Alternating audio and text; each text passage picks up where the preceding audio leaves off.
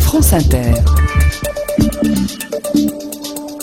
Toi, ma gueule, qu'est-ce qu'elle a, ma gueule? Johnny, mon Dieu, Johnny, ça nous a occupé tout le week-end. Le reste de l'actu, c'est même pas la peine. Le sommet de Copenhague, Martine Aubry, l'arrivée du froid, on s'en fout. Martine Aubry, c'est un mauvais exemple, même quand Johnny pète le feu, on s'en fout.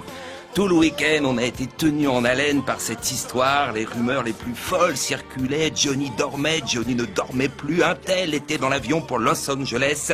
C'était très mauvais signe. Un tel n'était pas dans l'avion. C'était encore plus mauvais signe. La question principale que tout le monde se pose, c'est quel est le crétin ou les crétins qui ont mis notre Johnny national dans cet état?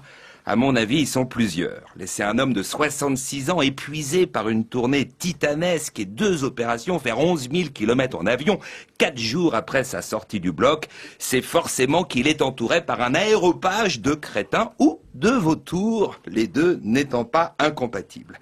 Ce qui est amusant, c'est que ces crétins se rejettent la responsabilité du désastre.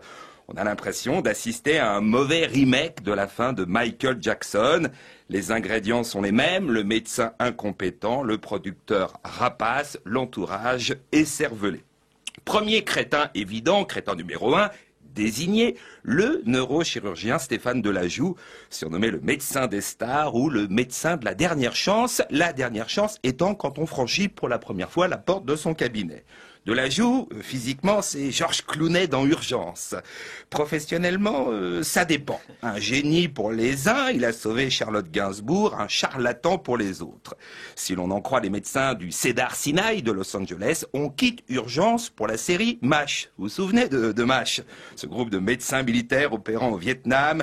Il y a tellement de blessés qu'ils n'ont plus le temps d'établir un diagnostic. Du coup, ils amputent à tour de bras, ils tronçonnent, au petit bonheur la chance, le sang gicle, le blessé hurle. Et pour se donner du cœur à l'ouvrage, ils boivent des coups en opérant, ils fument, ils se racontent des histoires de cul.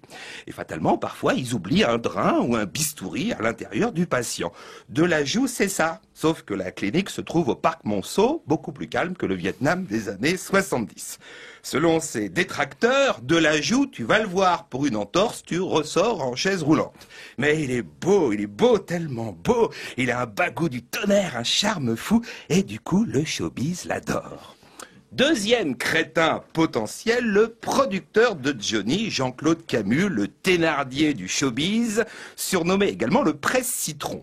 Malade, opéré, diminué physiquement, Johnny doit tourner, on rajoute même des dates. Allez, mesdames et messieurs, c'est la der, on réserve, on prend son ticket, the show must go on.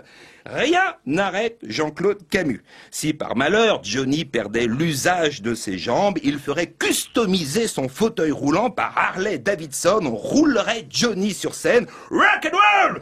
Quoi, mes jambes? Qu'est-ce qu'elles ont, mes jambes? Pour parfaire le tableau, n'oublions pas l'épouse. Laetitia Hallyday, la petite maison dans la prairie, douce, si douce. Tous les jours, madame pose dans un magazine. Ici, dans sa nouvelle maison qu'elle fait construire à LA. Jean-Claude, c'est Laetitia. Rajoute des dates à Johnny. Les fournisseurs me réclament une avance pour le marbre de la cuisine. Eh bien, tu lui fais une injection s'il peut pas.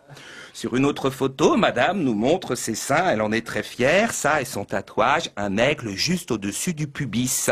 Et puis il y a aussi le cliché humanitaire, Laetitia et les enfants d'Afrique, toujours belle et impeccable, entourée de petits noirs, tristes mais souriants, car Barbie UNICEF est venue les voir.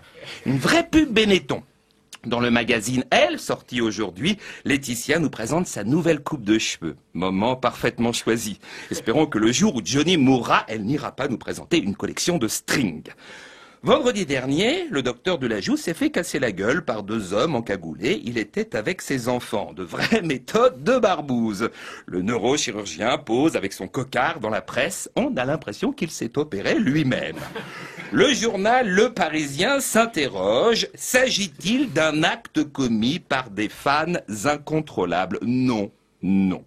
Les fans de Johnny, public modèle, extraordinaire, capable de camper des heures aux abords d'un stade pour apercevoir l'idole, sont juste inquiets et tristes.